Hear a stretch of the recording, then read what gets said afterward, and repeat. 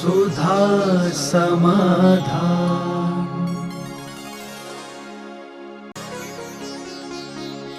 नमोस्तु गुरुदेव। आगम के अनुसार अकाल मरण और अपकर्ष काल का क्या अर्थ है? अकाल मरण तो जो है जितनी आयु लेकर के आया है उस आयु बंद होने के पहले अकाल मरण होता है। अपकर्ष काल में यदि आयु बंद हो गया तो आयु बंद के बाद अकाल मरण नहीं होता है। वो अपनी पूरी आयु करके ही मरेगा। जब तक आयु का बंद नहीं हुआ है तब तक ही वह व्यक्ति अकाल मरण कर सकता है। और अकाल मरण में अपकर्ष की आयु बंद का इंतजार नहीं किया जाता है। इस असंक्षेपाद्य काल कहलाता है। उस असंक्षेपाद्य काल में कितना भी कोई मार दे, गर्दन भी काट दे, कुछ भी करे, लेकिन उतने काल शरीर में आत्मा स्थित रहेगी जब तक उसे आयु का बंध नहीं हुआ। तो उसको ऐसा करके व्यवस्था की गई है। लेकिन जब आयु बंद हो जाता है अपकर्ष काल में, फिर अकाल मरण नहीं होता, वो जो उतना जीता है। अपकर्ष काल का अर्थ होता है जिन लेश्या के परिणामों में आयु का बंध होता है।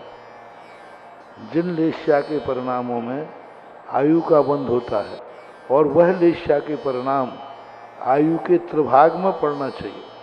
यदि त्रिभाग में नहीं पड़ा है तो भले वो आयु बंध के योग परिणाम है, लेकिन उससे आयु का बंध नहीं होगा। सपोज कीजिए किसी की 60 साल की उम्र है तो 40 साल के बीच में उसके आयु बंध के परिणाम आएंगे, लेश्या के परिणाम आएंगे, लेकिन वो 40 वर्ष में आयु का बंध नहीं करेगा। 40वें वर्ष के बाद जैसे ही वो 41वें वर्ष के प्रवेश के प्रथम दिन, प्रथम मुहूर्त, प्रथम जो पड़ेगा, उस समय आयु बंध का पहला अपकर्ष काल कहलाता है। यदि उसमें उसने आयु बंध नहीं किया तो फिर जो शेष आयु थी उसके 3 भाग करने पर, 2 भाग निकल जाने पर फिर आएगा। ऐसा 8 बार 3-3 भाग करके बांधता है। 8 अपकर्ष काल कहलाते हैं। चाहे निगोदिया जीव हो, एक श्वास के 18वें भाग में भी यही होगा। एक श्वास के 18वें भाग के भी 3 हिस्से करो, 2 हिस्से निकल जाने के बाद उसको आयु का बंध होगा। देवों में और नारकियों में और भोग भूमियों में, इन 3 स्थानों पर यह व्यवस्था लागू नहीं होती। भोग भूमि में 9 माह शेष रहने पर उसके बाद फिर 8 अपकर्ष पड़ेगा। 9 माह के 3 भाग करो, 3 त्रिक का 9, 6 महीने तक भोग भूमि जीव को आयु बंध नहीं होगा। फिर उस जो बचा हुआ समय है उसमें देवताओं के 6 महीने के बीच में 8 अपकर्ष काल पड़ते। पूरी जिंदगी में कभी आयु का बंध नहीं करते देवता।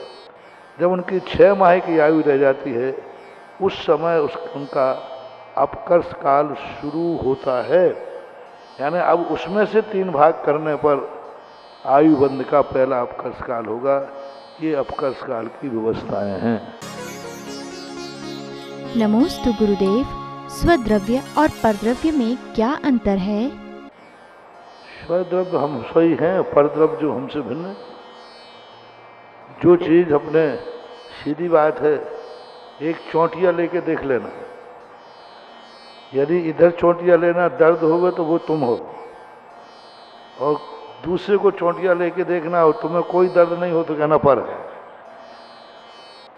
जो अपने से भिन्न हैं, स्वयं अनुभूति कराते हैं, वह मैं हूँ, और अपने से जो भिन्न हैं वो परद्रव्य कहलाते हैं।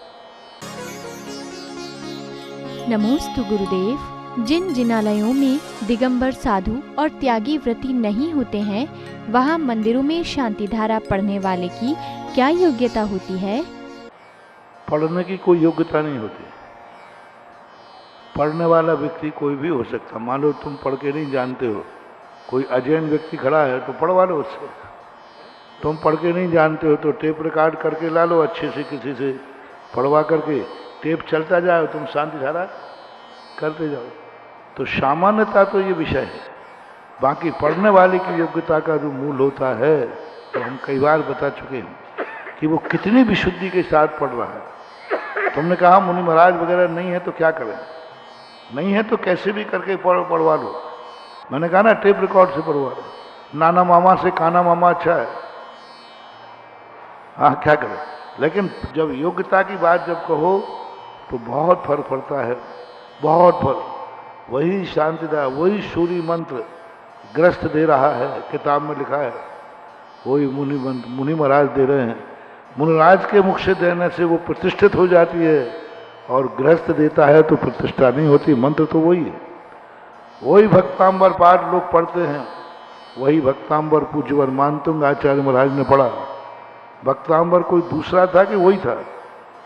वही भक्तांबर पाठ पूज्यवर मानतुंग आचार्य ने पढ़ा, वही भक्तांबर पाठ आप लोग पढ़ते हैं, लेकिन अंतर देख लो। तो वक्ता का बहुत बड़ा महत्व होता है। वह 3 चीजें होती हैं वक्ता की। वह शांति धारा पढ़ रहा है, क्या उसकी श्रद्धा है, क्या उसकी आस्था है उस शांति धारा पर। दूसरी बात है, शांति धारा के अंदर जो बीजाक्षर लिखे हैं उनकी शक्ति पर उसको विश्वास है, उसको विश्वास है। तीसरी बात, जिसके लिए पढ़ रहा है उसके प्रति उसका क्या अनुराग भाव है। सब कुछ सही पढ़ रहा है, शांति धारा विश्वास है, लेकिन जिसके लिए पढ़ रहा है उसके प्रति उसका क्या अनुराग भाव है। क्या उसके दुख से वो दुखी है, क्या उसके सुख से वो सुखी है, क्या उसके प्रति उसकी आत्मीयता है, तो प्रभाव पड़ेगा। यदि आपने किसी से भी पढ़वा लिया, टेप रिकॉर्ड से पढ़वा लिया, शांति धारा हो जाएगी लेकिन प्रभावहीन होगी, क्योंकि टेप रिकॉर्ड का कोई भाव ही नहीं। आज सारे सगुन खत्म हो रहे हैं। आज पहले तो उनका वो डीजी चलता है ना, वो कान फोड़, क्या बोलते हो, डीजे डीजे डीजे, कुछ नहीं, कोई भाव नहीं। वो तो एक कमरे में बैठकर कैसेट बनाई गई है। एक कैसेट से तुम आरती करते हो, एक कैसेट से तुम भजन सुनते हो, वो तो एक कमरे में बैठकर बनाया, तुम्हारे भाव से नहीं बनाया। पहले जो सनाई बजाता था, बाजे बजाता था, वो सामने वाले को देखकर बजाता था, वो शगुन था, वो शगुन था, क्योंकि वो उसी की तरफ देखेगा, उसको लक्ष्य करके बजाएगा। बाजा वाला ढोल वाला बजाएगा, सामने वाला दूल्हा बैठा उसको लक्ष्य करेगा, महाराज आए हैं तो महाराज को लक्ष्य करेगा। उसकी दृष्टि रहेगी कि मैं किसको बजा रहा हूं, उसके लिए सगुन होगा। अब कैसेट किसके लिए बज रही है? किसी के लिए नहीं, वो तो कैसेट है। इसलिए कोई मांगलिकपना समाप्त हो गया। आजकल जितने ये डीजे चल रहे हैं, कान फोड़ डीजे हैं, शगुन कुछ भी नहीं होने वाला। इससे तो अच्छा है कि एक छोटा सा ढोलक वाला बुलवा लो, वो शगुन होगा, क्योंकि वो आपके लिए आएगा और बजाएगा तो आपके लिए ही बजाएगा। ऐसे ही शांति धारा है। कोई भी क्रिया करते समय वो क्या तुम्हारे प्रति अटैचमेंट है, क्या तुम्हारे प्रति उसका अनुराग भाव है, क्या वो तुम्हारे दुख से दुखी है, क्या वो तुम्हें सुखी देखना चाहता है, ये पॉइंट होना चाहिए पढ़ने वाले की अपेक्षा। पढ़ने वाले की ये कहलाती है स्वयं की एनर्जी। पढ़ने वाला एनर्जी शांति धारा में देता है। शांति धारा में एनर्जी कम है, पढ़ने वाले की एनर्जी मिल जाए तो शांति धारा की एनर्जी अनंत है।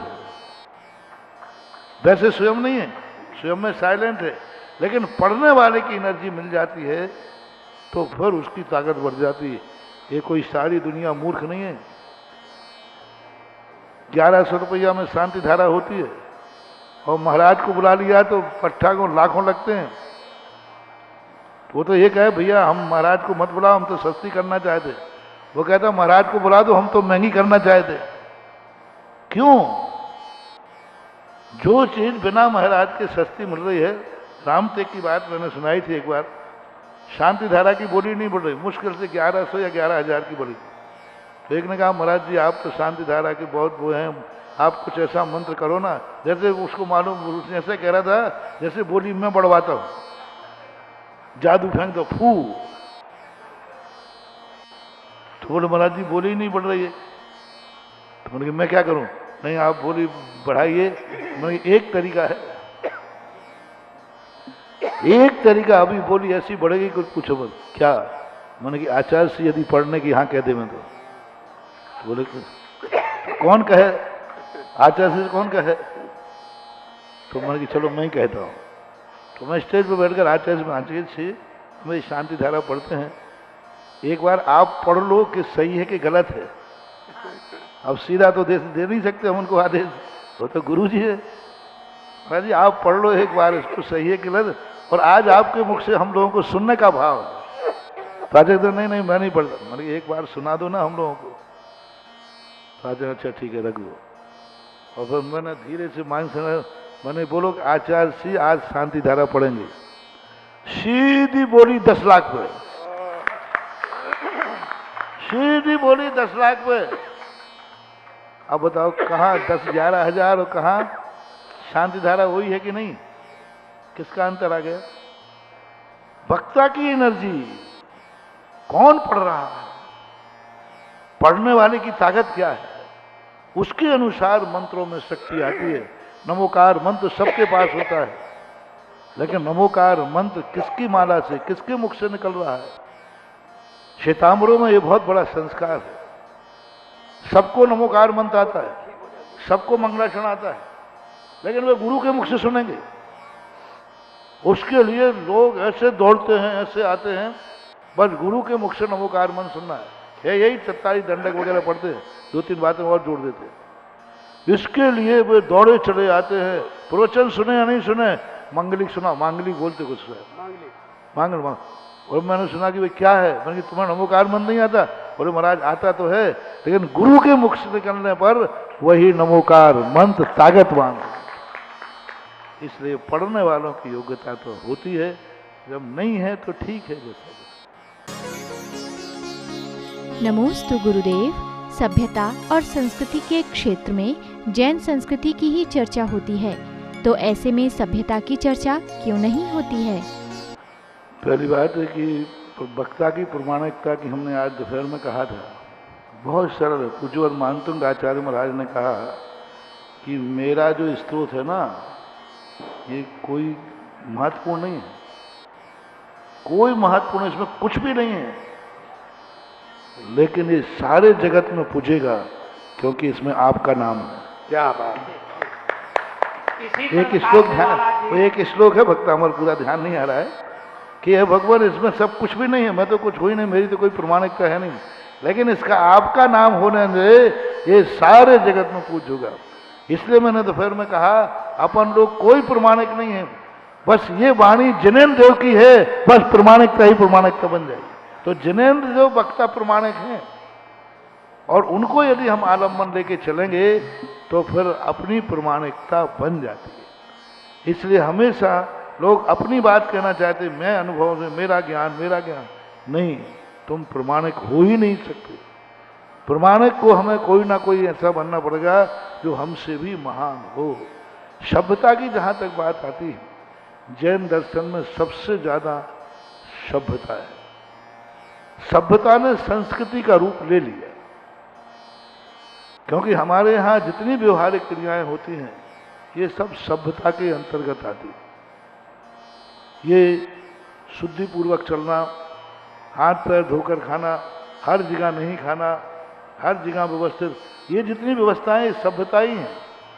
लेकिन सभ्यता इतनी ज़्यादा धर्म से जुड़ गई, जो सभ्यता धर्म से जुड़ जाती है वो संस्कृति बन जाती है, और धर्म से विहीन जो सभ्यता है वो सभ्यता रह जाती है। यदि उसमें धर्म ना जोड़ा जाए, आपने पैर क्यों धोए? क्योंकि गंदे हो रहे थे, ये सभ्यता है, अच्छे नहीं लग रहे थे। देखना, एक छोटा सा उदाहरण दे रहा हूँ, पैर गंदे थे, आपने धोए, बोले क्यों धोए आपने? भाई अरे गंदे हो रहे थे, ये सभ्यता है। पैर क्यों धोए? बोले मंदिर जाना था, ये संस्कृति हो गई। अब वहाँ पैर गंदे नहीं थे, पैर तो बिल्कुल साफ थे, फिर भी मंदिर में प्रवेश, भाई पैर क्यों दे? अरे भाई मंदिर जा रहा हूँ तो शुद्ध पैर से जाना चाहिए। आपने कुल्ला किया क्योंकि मुंह गंदा हो रहा था, ये सभ्यता है, धोना ही चाहिए। लेकिन नहीं, मंदिर जा रहा हूँ कुल्ला कर, ये संस्कृति है। तो जब सभ्यता धर्म के साथ जुड़ जाती है तो संस्कृति बन जाती है, और धर्म विहीन जो स्थिति बनती है वो सभ्यता कहलाती है। जैन दर्शन की जो सभ्यताएं हैं, श्रावकों ने हर सभ्यता को धर्म से जोड़ दिया। शुद्ध वस्त्र पहनना धर्म से जोड़ दिया, शुद्ध खाना धर्म से जोड़ दिया, व्यवस्थित होकर बैठ के खाना, अच्छे से खाना, ये सब धर्म से जुड़ गया। और जब धर्म से जुड़ जाता है बाकी संस्कृति, सभ्यता और संस्कृति दोनों जो जैन दर्शन में है, जैन दर्शन जैसी सभ्यता हमने अन्यत्र कहीं देखी। नमोस्तु गुरुदेव। हमारे जीवन में तरह तरह के भाव निरंतर चलते रहते हैं। उनमें से कुछ भाव अच्छे और कुछ भाव बुरे होते हैं, तो हम बुरे भावों से कैसे बचें? भाव चलते नहीं रहते, भाव हम चलाते हैं, हम कैसेट में भरते हैं। भावों की ऐसी दशा हो रही है कि जैसे घड़ी में अलार्म भर दिया जाता है कि हमें 4 बजे उठना है, और उसी समय अच्छी नींद आती है, और अलार्म भरता तो इतनी गुस्सा आती है कि वो घड़ी पे हाथ पटक देता है। उस समय अलार्म अच्छा लगता है कि बुरा लगता है? और भरते समय बस यही इसलिए ये अलार्म के समान हमने अंदर भाव भर रखे हैं। जब ये अन्न बिना उसके अपनी इच्छा के अनुसार समय पर नहीं आते हैं और अन्य समय आ जाते हैं तो हमें बुरे लगते हैं। हमें नींद आ रही है, अलार्म बज रहा है, हमें माला फिरना है, बुरे विचार आ रहे हैं, अब हमें बुरे लगेंगे। लेकिन भरे किसने? तो हम भरते समय यदि हम सावधान रहें तो शायद हमारे लिए ये चिड़चिड़ापन नहीं आएगा। अच्छे विचार आते नहीं हैं, हम लाते हैं, हमारे द्वारा लाए जाते हैं। कभी हम अतीत में इन बुरे विचारों के समर्थक थे, या हमने ऐसे कारण जुटा रखे हैं कि वे कारण मिलने पर वैसे परिणाम होंगे। ये हमारे अंदर से हमने हर वस्तु पर हमने अपनी वासना को निमज्जित कर दिया है, हर वस्तु पे कर दिया। ये पेंसिल है, अब कोई मतलब नहीं, हमने वासना निमज्जित कर दी, ये मेरी है, मैंने खरीदी है, अभी टूट जाएगी तो फिर से खरीदना पड़ेगा। अब देखो पेंसिल पे हमने वासना स्थापित कर दी, कितनी कर दी। आप मानो पेंसिल है तो आप इसकी दूसरे की पेंसिल की सुरक्षा नहीं करोगे, क्योंकि ये मेरी है, पैसे में लाए हैं, टूट जाएगी तो फिर लाना पड़ेगा। अब इस कारण से जब भी पेंसिल गिरी, अरे वो गिर गई। अब ये जो आत्म ध्यान आया, ये किसने निमज्जित किया है? हमने निमज्जित किया है, ये वस्तु ने नहीं किया। इसलिए हम जब अपनी भावनाओं को जैसे विचार चाहते हैं, वैसे विचार यदि हम पदार्थ में स्थापित कर दें, वैसे विचार यदि हम पदार्थ में स्थापित कर दें, फिर वो पदार्थ हमें गलत विचार लाने में कारण नहीं बनता है। इसलिए विचार वस्तु से नहीं, हमारी आत्मा की भूल से प्रकट होता है। सुधा समाधान।